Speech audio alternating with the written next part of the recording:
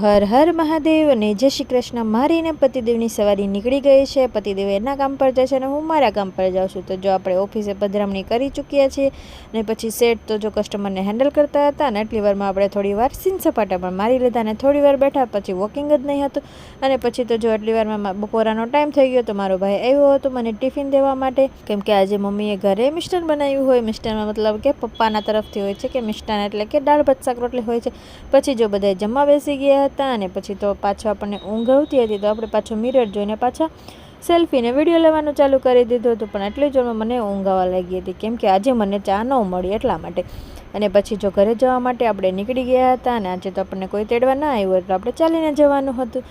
પછી તો શું, મારા માસીજીને ત્યાં પાણીપુરીનો પ્રોગ્રામ હતો અને પાણીપુરી હોય એટલે મારા પતિદેવ તો મૂકે જ નહીં પાણીપુરી, કેમ કે એની ફેવરેટ વસ્તુ છે। અને બધાએ જો બાકાજી કી બોલાવી દીધી અને વિડીયો બનાવતી હતી, બધાએ હાય હેલો કરી દીધું। આ છે મારા માસીજી અને હું ને પતિદેવ પણ સાથે ખાવા લાગી ગયા હતા। મળીશું નેક્સ્ટ વ્લોગમાં, બાય બાય।